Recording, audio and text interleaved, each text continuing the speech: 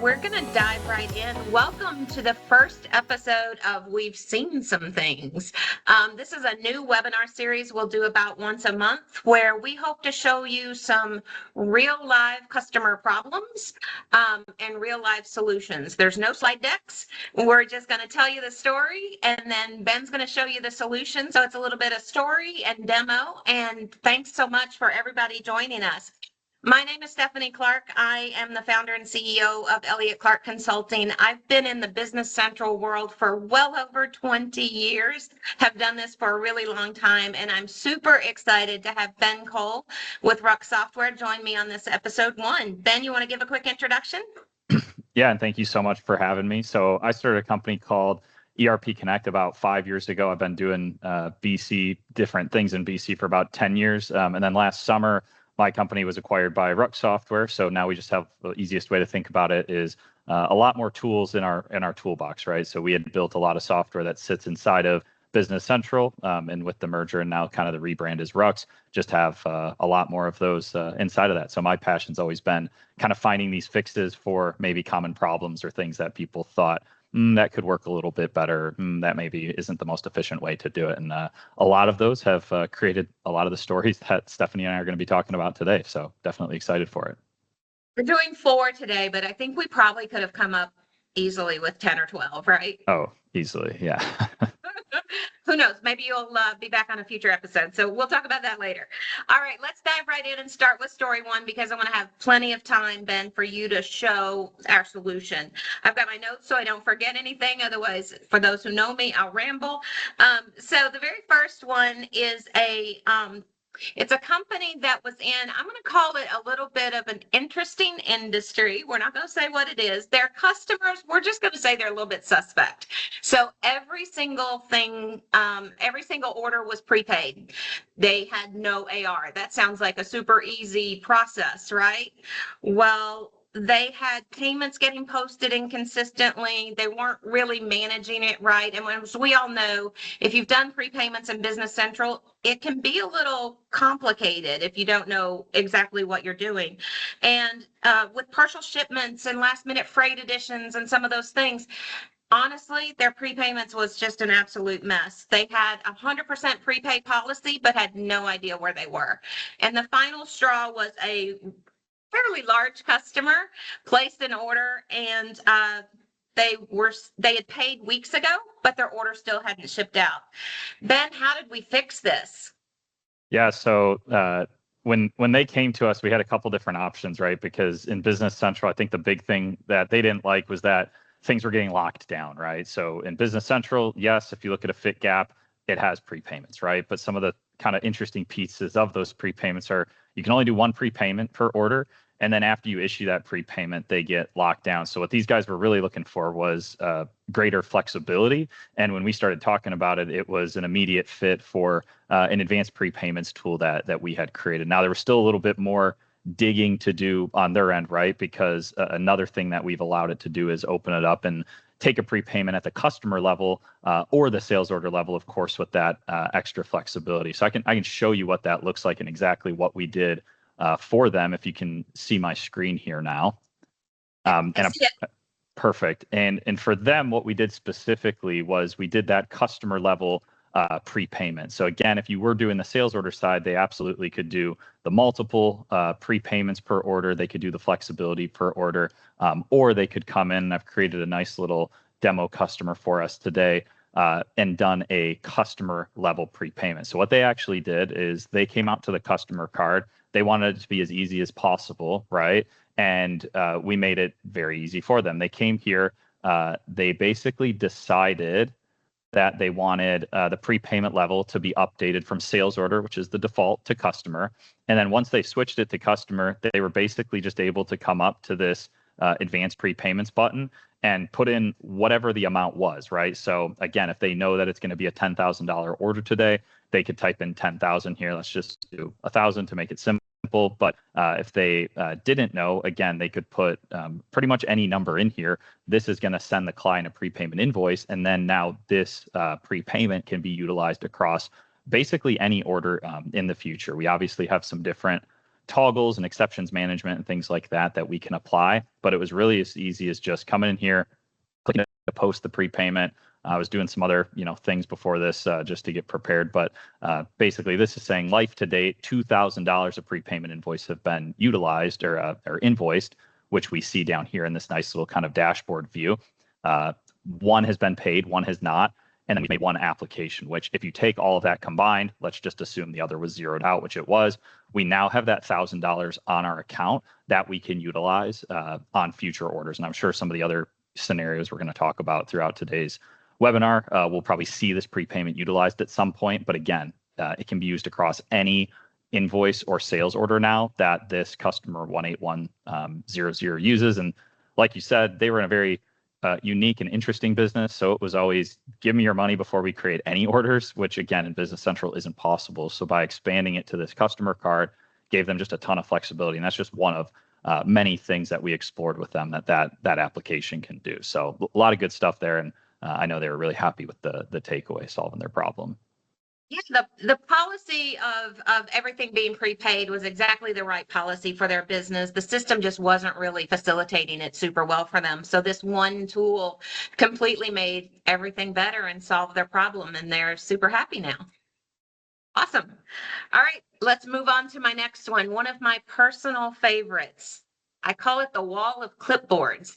So I walked into a produce distributor. If you know anything about produce distribution, it's a fast paced, those warehouses move, and they can't lose an order or misplace a pallet, because if you do, that pallet of lettuce goes bad or something to that effect. So when we walked into the shipping area, there was an entire wall filled with all these little cubbies all lined up and clipboards in each individual cubby. And there was, I don't know, there was probably 20, 30 of them. I kind of lost count, but they had one person who was responsible for those clipboards. And when a new order would come in, that person would print that order, get it on the clipboard, and then rearrange everything so it was in the right order, making sure that things got picked, staged, and then shipped out properly. This was someone's full-time job. We're going to call them the clipboard wrangler. And that's what they did all day, every day. For me, I would have lost my mind. So the second we saw this, I said, wait, there has to be something better. And we didn't actually do the implementation for this client. I asked them how long they had been doing this process, and they said since before Business Central. They actually started it years and years ago when they were still on true paper processes, but never adapted to anything more modern. And so they created a full-time job around this gap that they had, and nobody questioned it. And that's when we said, hey, Ben, I know there's something. Yes, I I remember that one. And we gave them a little bit of training wheels. You didn't rip the paper out of their hands right away. We kind of gave them the best of both worlds, but ultimately wanted to systemize them, which they now are to that point. But this happens all the time, right? People go live with Business Central, Stephanie, whether you did that implementation or not, again, people might go find somebody new to do some help, and what was done before might not be the best thing for the future. Definitely the paper example. So let me, I can show that one as well. I should still be sharing my screen. I'm going to switch to a different view and kind of mimic the distribution person here. They'll do the warehouse tablet for this case. But essentially what we did for them was work with our DCC, our distribution control center. And again, bear with me because this is on my desktop. It would look much different on a handheld, but they're using the handhelds, and the options are going to be the same, right? They've got the pick batch, which kind of replaces that first step of their clipboard of what do I need to go out to pick. And I think another important call out was, that guy was dealing with the clipboards, but there's somebody else who's physically creating the sales orders, right? Then you got the guy that's actually picking the orders in the warehouse. And then in that case, I think the guy that was picking was also doing some of the shipping, but depending on the size of these organizations, the person that's shipping likely is different than the person picking. And you might have multiple pickers, multiple shippers, multiple people who are entering sales orders, right? So then it starts to get really messy when it's not just, oh, here are my clipboards. It's like, I know where everything is in my office, right? But if my wife comes in here looking for a pen, she'd barely be able to find it because it's my office and I know where everything's at, right? But same works the way in the warehouse, right? So they could pick, do the cycle counts, whatever, right? But let's just start, and I'll kind of show from the beginning, right? So person one was creating the sales order, right? So let's just go create a new sales order just like they were doing. Nothing fancy here, right? Just basic sales order. We'll just get some data on there. And we'll add an item so we've got something to pick. And we'll add a warehouse so we know where to pick it. Pop-up note, all right, just telling us to upsell them with some other things. So one, we've got some color coding, whether it's in stock or not, so that'll come into play later. But we'll see these added fields here for distribution control center, right? So it's not released to the warehouse yet. The process status, it's not available to be picked or anything like that yet, which is totally fine. We have a feature where basically when you release this order, you can have it automatically released to the warehouse. So we see that now, right? Released to warehouse, boom, that's turned on. Process status is fully available, meaning that we have it in inventory. Obviously, there's a lot of different statuses that could be. And again, this client that we were working with, they had a whole slew of different things, whether they had it in stock, it was made to order, they were purchasing it from a third party and had to stock it, all that kind of stuff, right? But at this point, person one's job is effectively complete, right? They have built the order, released it to the warehouse. Now it's on the warehouse job or that clipboard guy to go ahead and actually do the job, right? I have an intermediary piece here turned on as well for what we call the kind of distribution manager. So I will go into that real quick. This is kind of a dashboard to see everything that's going on in the warehouse right now. So again, if you only have one person, this might be a little bit redundant, but if you were to have multiple people that needed to monitor the status, this is going to be really handy, right? So if I sort by the sell to, right, we now see that customer that we just did. We see it's fully available and it's been released. But again, let's assume that we have multiple people kind of expanding on this one example that we're talking about. But you would assign it to a picker. That picker would go through their process, and then it would get assigned to a shipper, kind of following that standard flow, right? Sales orders created that we need to pick, pack, and ship. So we make this very, very easy. You'd come in here and you can just say create pick batch, and then it's gonna list out all the different people that you have available in your warehouse to do that pick, and you'd click OK. It's creating that pick. This is where I say, we can make sure that we're not taking the training wheels off too fast. We do have the ability to print this pick ticket if somebody really still wants to have that piece of paper in their hand physically. Again, I would only use this as a training wheels instance, but you can see the shelf and the bin it's on, the item number that we're picking, how many to pick, and then you can, write down the individual amount. Of course, if you're on the tablet view, this would all be digital, and they could do the pick right from there, which we'll get into here in a second. So let's get rid of that pick ticket. And then again, basically at this point, it's now sent to my tablet. So let's change hats and go to Ben's tablet in the warehouse, right? Pretend I'm walking over to the warehouse. And now really, again, the segregation of duties, I would just be picking, right? So my job's very easy. I come in each day, I come to click pick batch, boom, all right, I log in, great. This pick batch is already there for me, and I can start my pick, right? You sure you want to start picking? Yes. Assume I have a scan gun, right? You scan it. I know it's item 1017, but I go boom, scan one, quantity pick updates to one. We only have one, so that's all we need. If you did 1017 again, it would show you that you've overpicked it. This one's super easy. If you need a label, either a stock label or a pick label, you could print those directly from here. Then you go ahead and complete that batch. Now, if you go back, again, if I'm the kind of manager, right, you'd be monitoring that distribution control center. If we come back up here, and this is what those guys were doing, right, we now see it's in the packing stage. So again, if it's one person doing all of that, that's fine. They can do it all on one screen. But if you have somebody different, now they've picked it all and they put it in the pack station. Now it would pack and ship, of course. So we'll just do that real quick. I'm just going to make this super simple. We'll just say we're going to auto pack it, and then I'm going to ship it, right? So we can see there that it's ready to go. And let me just make sure my quantity to ship is 1. And then I'm going to go ahead and post that shipment.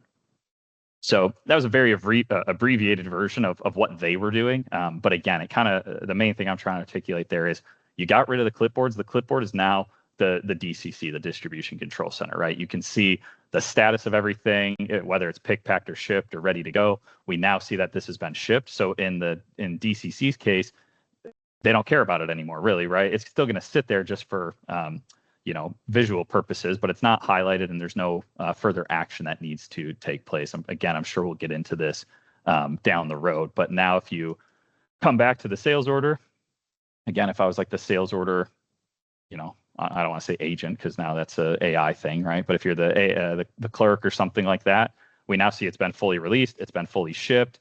If you're looking at distribution control center, this is kind of now a workflow that the sales order person can come and see. Yep, it's been shipped. We see that it's been shipped here. Where is it? Here. And we still have to invoice it, right? So really all the warehouse is doing is the pick, pack, and ship components. They're not touching the financials. If the financials need to change, you would do it in here. And then the final piece, of course, is get that thing posted, get the invoice sent out. And since this is the same customer, assuming I picked everything correctly, this should also take that prepayment into account. So we'll see if it did that. Yep, perfect. So not only did we pick, pack, and ship it, again, you didn't really have to think about anything. It just grabbed the prepayment because it had it, took that $1,300 minus the $1,000 prepayment, and now the customer owes us $300. So that was probably a very long-winded example of how they did it, but that's how they did it, right? It's once you get it set up, it's not rocket science. It kind of just flows like it should. I think that's absolutely perfect. And there's a couple things that I really like about this one. First of all, we took their clipboard wrangler and made them a distribution manager, right? They still had that view. So they just took they kept the wall, but got rid of the clipboards and put it right in front of their screen, and they were able to see that. And I think the other piece that you mentioned is super important because this is a pretty major process for a company like this. It's something that is absolutely critical to their business. And if we went in and disrupted their process in a way that all of a sudden orders weren't getting shipped quickly enough, or they were getting out of order, or all the inventory problems you could name, that's going to be a problem. So building their trust was certainly a big piece of it. And so giving them a way to sort of ease into it. They can still keep some of the paper along the way, have those training wheels while they're proving out that, yeah, I can see things, and building the confidence with the users that they can see everything they needed to see, that they get everything that they needed to get from the wall of clipboards.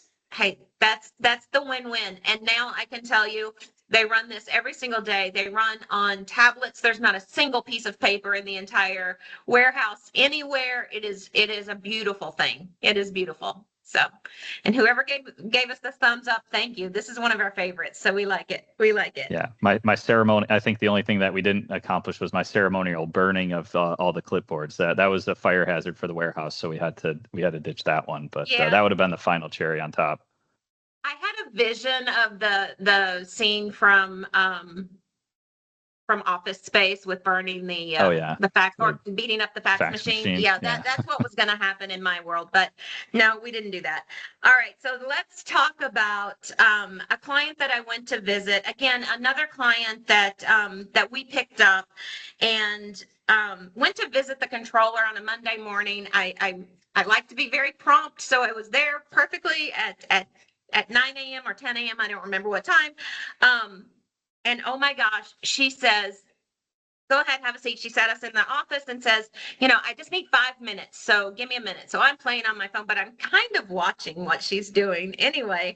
And she's very clearly copying and pasting things from one screen to another. There's some formatting going on. And I finally said, can I ask what you're doing? And she said, I'm doing the Monday package. I'm like, okay, I need to know, what is this Monday package? It was a big, giant spreadsheet or workbook, 17 tabs for every possible thing you could possibly think to analyze in a business. It was there. And she had to have that done and out to basically every member of leadership before noon, every single Monday. And I asked her, how long does this take you to get ready, to pull all the data together, to put it in the format that you want? And she said, I never really thought about it, but let's see, I usually get here, about 4 hours is what we came up with every Monday morning. And by the time the information went out to the leadership team, it's all last week's data, so it's completely out of date anyway. So Ben, what did we do?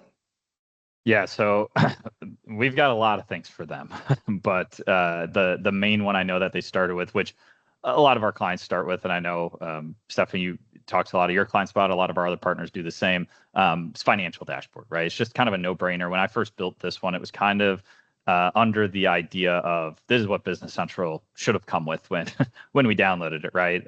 We could have a whole another hour session on why they don't, and why they want to sell Power BI and all that good stuff, which is another great tool. But a lot of our clients want something readily available, hands-on, the day they get started with Business Central. And I'll pop over to this AR tab, but this was the first thing that we showed them, and they said, where do I put my credit card information to sign up, right? Because this is one of probably 50 different metrics and KPIs that we've got. But immediately when they saw this accomplished, I think 2 of those 4 hours a day or week or whatever it was that they were doing in order to get the data, right? They were able to interact with it by clicking on it. They could click into buckets and see what they wanted. They really liked that it was surfacing the customer ledger entries, because a lot of times they would have unapplied payments, right? So they'd have unapplied payments to these invoices, and if you're in an Excel spreadsheet, okay, now you got to go log back into BC, look up invoice, 104, 176, find the payment, blah, blah, blah, and get it posted, right? Whereas here, you could literally come in here, take this invoice, and if there's no payments to apply it to, but if there were, you could apply those payments directly to the invoices from the AR aging, which is just a huge time saver, right? So that was their biggest goal, taking the amount of time they're spending today and reduce it by having, 1, prepackaged reports, and then 2, something that's interactive and intuitive, right? You can sort the customers high to low. You can look at the AR details like in a traditional manner. And then they really like that we highlight the ones that are over their terms in red. So here you can see their terms is 15 days, but on average they pay in 28 days, right? So we're going to highlight them as red and put them in bold as well. The other thing from them specifically that I remember, I'll hop over here, which we have this in our financial dashboard and our health check. Our health check's free. So again, if anybody wants to check that one out, feel free to. But these balance checks over here, right? So mine is very ugly. Everything is basically red, so that's no good. But what this is showing is, does my subledger tie to my general ledger, right? So accounts receivable, it's saying, to whatever account I have on my customer posting group, I've got a balance of 845,000. Whereas if I look at my customer ledger entries, which we were just looking at on the dashboard, my customers' balances total 868. So obviously there's a discrepancy here. They were able to quickly figure out the ones that were not in balance, and then turn some of those direct posting toggles back off so that this can really never happen again. But I look at this like a needle in the haystack situation. If you find it, right up front, it might be 1 or 2 transactions. Each of those transactions takes 5 minutes to fix. No biggie. I know on this client, but I had another client a couple of years ago who we ended up spending close to 25 grand just to clean them up because they hadn't tied these out in 3 years. We basically had to go through 3 years of transactional data on AR, APN banks to basically retie everything out and then kind of get them on their feet back up and running. So that's one of my personal horror stories that I always talk about, and I don't wish that upon anyone. And if you look at this regularly, even if it's only once a month with one-time close, you're going to avoid huge problems, right? You might have some of those small problems you got to fix, but those are the ones we want to fix right away. And that's another way these guys are using this on a day-to-day basis, just to monitor things, right? You can use this both from a proactive and a reactive standpoint. Obviously, the more proactive you are, the less reactive you have to be down the road, right? So all good stuff there, but just getting reports that you're actually going to use to take action on, right? I think a lot of people just have reports that are reports because they've always had them, and you look at them, it's like, what are you doing with this data? I don't know. I just look at it. Looks pretty. Okay, cool. Right. But like AR is a huge one, right? Because these are people we need to go chase down for their money. AP is a big one because we need to go pay these folks so they can continue to provide their service. And again, that's just 2 of many different things that we did for them. I know they looked at the sales dashboards and things like that as well for sales trends and their growth metrics and stuff like that. But they were just happy to get out of the spreadsheets, I think. And if that person, God forbid that person ever leaves, they don't have to figure out how she was doing the spreadsheets, right? They just come in here, click the button, log in, they're good to. I think that's one of the biggest things people overlook is the cost of turnover of people doing those manual processes. They work great until somebody gets sick or goes on leave or leaves permanently, right? And then you're kind of dead in the water. That's exactly what I explained to the leadership team. I like to always say, I don't like the hit by a bus analogy. I always say, what if this person won the lottery? What happens to your business tomorrow or after the drawing? You're in trouble. So, and I think for her quality of life at work skyrocketed. It got so much better because she dreaded coming in every Monday morning, having to do the monotony of pulling all this data together. And we went through, similar to what we talked about on the distribution side of things, we went through a period where they kind of ran a little parallel. And so she still did her report, and then they compared it back to this and realized, oh, she was making some mistakes. Because of course we're human, that's what happens. So you eliminate as much of the human error as you can. Obviously humans can still make mistakes on transactions. And a huge pet peeve of mine is the GL to subledger out of balance situation. We talk to all of our second opinion clients about that. And yeah, no, that is, we use this internally at Elliott Clark Consulting as well. So good stuff. Good stuff, Ben. Sure. All right, story number 4. This one personally breaks my heart. I am a huge fan of happy hour. You'll find out why that hurts my heart in just a second. So the client is a job shop manufacturer. So with job shop manufacturing, every Friday was what they referred to as money day. That's when they billed their clients. They sent out statements. They sent past due collection notices, all of the things. And when we sat down with the person in charge of Money Day, we started watching her process, and she would go through and invoice every client. Those invoices she would then print out, fold up, stuff into envelopes, put a stamp on it, and mail it. In 2025, we're still mailing invoices. So that was part 1. And then as soon as she finished all the invoicing, she would go prepare statements, fold them up, put them in an envelope, put a stamp on it, mail it. And then lastly, she was doing collection notices or reminders. Now those they were actually doing via email, but they were manual emails, hand typing each one, putting on there. They weren't even using reminders in Business Central. So they were putting on there on the email exactly which invoices were past due and so forth. And oh my gosh, the second we saw this process, we're like, this is an easy fix. So Ben, take it away. Yeah, so this one isn't one of my personal favorites. It is my favorite because it's one of the first things that we ever created. Personally, out of probably selfishness that I needed it for myself, and then started putting it in the toolbox. So yeah, when these people came across, it was very easy to empathize with them, and I'll jump over to why. But with invoice and statement delivery is the tool that we ended up utilizing to accomplish what they needed. And I've got a view for it actually. So this didn't exist when they first bought it, but obviously they have it now. This ISD role center or homepage, right? So this is a newer thing that we came out with in the last couple of weeks, just because a lot of people were requesting it to be on their homepage. So it has some of the similar things that we just saw on the financial dashboard in terms of aging and customer balances, but it also has our invoice delivery dashboard, our invoice reminder dashboard, which Stephanie was just talking about, and our recurring sales documents, all directly on the homepage. But let's dive into one of them specifically, the invoice delivery dashboard. And on these, we proposed 3 options to it, right? The 3 options were we can have the invoice automatically send immediately upon post, right? Which is ultimately the route they ended up going long term.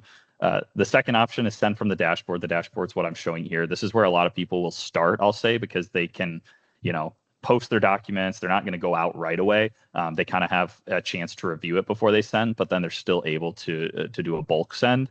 And then the final option is via a job queue, right? So you can do it via job queue, and you could just say, every day at the end of the day, 5 o'clock, send out all my invoices. At the end of the month, send out all of my statements. Every Wednesday, send out all of my reminders, right? So it takes that process where, some days they were having to stay again till 7 or 8 at night on a Friday just to get these out because the volume was so high that week, to now either coming in and with a click of a button, right? So these were my 2 prepayments that I've done, but I have prepayments not auto sending. I have everything else sending. Again, you can toggle that however you want. But it's as easy as just coming here and clicking send email, and then it's going to run through everything that you just highlighted, and then it's updating it with a date timestamp as well as who sent it. So if we look and filter to today, these are the two I just sent, but you'll also see that this should be that $300 one that was sent earlier. I didn't show it, but when I posted that, I posted the shipment through DCC, and then when I actually posted that sales order and it created an invoice, they got the email, or I got the email because I'm in my demo instance, right? But you don't have to wait till the end of the day. You don't have to manually send them one by one through Business Central anymore, right? And they basically took, however much time and narrowed it down to just 5 minutes. So whether you have 100 invoices or 1,000 invoices, it's one click, right? So all you have to do is come in here, click the button, and then they're all going to send, right? So again, that process takes about 5 minutes for invoices, 5 minutes for reminders, and 5 minutes for statements. So within 15 minutes, if you wanted to do these every Friday, and that's like the manual way, right? Coming in here and clicking it, right? If you want to do it the automated way, throw the send on post on, or turn those job queues on, and you're good to go. It's just all happening behind the scenes. And then, we have the same thing for statements, right? So again, just to show what they were doing, if we go to that demo customer, right? We just created them, so we've never sent them a statement, but now you can do send statement selected. It's just kind of aggregating all of the data. And then again, timestamp with who sent it. The other cool thing about the statements that they were really jazzed up about was that we can send statements with separate files, right? So what this does is, and this is not readily available in out-of-box Business Central, and this isn't an automation feature. This is just a kind of another nice to have that we've added in here. Now, when they get the statement, they're also getting the invoice copies. So in this case, this customer that we just created probably just has the one open invoice that has been unpaid. So the statement would have one statement file, and then it would have one invoice copy. Again, let's say there was 3, right? It would have one statement, and it would have 3 invoice copies. And that avoids the biggest question we all get when we send statements, right? Which is, okay, I got those 2 invoices, but I never got that 3rd invoice. And whether that be true or not, maybe they're just trying to delay the payment. Now somebody's got to go back into the system, regenerate it, print it. God forbid they have to mail it, like Stephanie was saying, right? But again, this is going to get you out of the mail for sure. Put it in the the email, and then also send the copies with the statement, which again is just a huge time saver for everybody. And ultimately, we have live metrics around this of how this is decreasing people's day sales outstanding, which of course you can look at in the financial dashboard. So if you download financial dashboard, you can, and I challenge people to do this, right? Download financial dashboard, calculate day sales outstanding, and see what it's at. It's at 30. Okay, now download invoice and statement delivery. And after 60 days, give me a call and tell me what the day sales outstanding is. I'd bet anybody good money that it would be lower than it was before you downloaded invoice and statement delivery, because we have metrics on that, and it's typically about 30 to 35% lower. So all good things and very affordable. So when they came across this one, it was a no-brainer. I honestly don't know what they're using it for now, if they're using it for more things, but I know they were using it for the invoices and the statements for sure. I think you said the reminders too. So reminders work the same way as the invoices. It just is looking for the due date. And then if it's within a due date threshold, it's going to send a reminder. So you could say, send it on the due date and then send it every 5 or 7 days. So it's going to send it the first time on the due date. Then after 7 days, it'll send it again. It will literally just keep on sending it every 7 days until they pay. And you can have different messages for that, like first warning versus like the subsequent ones, just in terms of like, hey, friendly reminder, your invoice is due. And then like the future ones can be like, if you don't pay us, we're going to like shut it off, or, whatever you want to say, whatever your business or industry does for those. But lots of good flexibility there. Yeah, I know they were really happy on not only for the ability to not work every Friday night, but also to just automate it and collect cash. A lot of other downstream impacts rather than just wanting to go to happy hour, of course, but that is important. So we wanted to make sure she could get there too.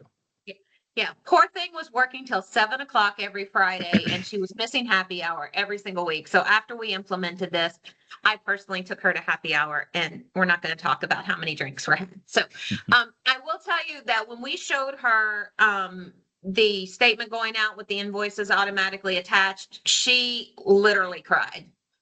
I mean, it changed her life. So that was absolutely perfect. So Ben, thank you. These are 4 really true and honest stories. Um, This those is are those are I the just email. Perfect. yeah, Yeah. I just pulled up my email and I got basically everything we just did. So the statement you can see here. Sorry to interrupt you there, but just wanted No, to you're show good. this off real quick because you got the statement. I was doing some testing, so just some other invoices there from prior. Couple of the invoice, copies. These are probably the ugly Cronus demo ones, but we'll see what they look like. Not the worst thing I've ever seen, but that would be the invoice copies, and then those individuals, were getting sent here. I've got another individual for the 1,000. This was the 300, right? So I never sent this one. That one just got sent automatically. And then I got a bunch of other things installed here, like sales order shipment notices and other random stuff that if anybody's interested, we can talk about. But yeah, all those invoices, boom, directly in your inbox. And I think the branding's also important to note, right? It's a pretty clean, hey, this is your invoice number in bold. This is your customer name, the amount due, the due date. I've got like a link that you can do payments on. You can click on it, like a bunch of cool stuff there. But it's rich text HTML, so you can brand it however you want. I threw my logo on there just as an example. But yeah, all cool stuff. And I think your point is really valid about decreasing day sales outstanding. And in this Yeah, particular client's case, they also lowered their costs because their postage went way down, like I didn't think non-existent about that. after this. So not only did they get their money faster, but they saved a lot of money. So it more than paid for itself for sure. Well, Ben, these are 4 fantastic stories. Like I said, real stories, real customers, real solutions that we work really hard to try to make sure our clients kind of experience. A couple follow-ups for everybody. Thank you to everyone who stuck with us and joined and that sort of thing. This will be recorded and we can share it out after. But there's a few things we'd like you to know about. First, perfect. Are your annual fees per user? I didn't see the rest of it. There was a question, Ben. Do you want to really Oh, quickly talk about the y- pricing? Yeah. yeah. I wasn't even looking at the chat. My bad. Let me look at this. So fees are per tenant. So the easiest way to think about that is, well, they're not per user and they're not per company. So if I came into AppSource Test, for example, I could get 1, 2, 3, 4, 5, 6, 7, 8, 9. All 9 of these companies in AppSource Test would be included in the subscription. So we talked about 4 different apps. Each of the apps has its own individual price, anywhere from $1,200 to $2,400 a year.